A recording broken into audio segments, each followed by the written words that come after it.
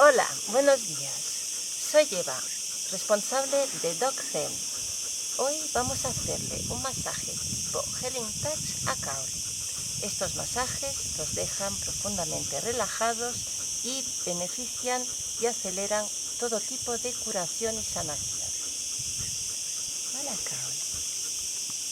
Oh, muy bien. Vamos a hacer un masaje muy suave. Así. Bien. Muy bueno.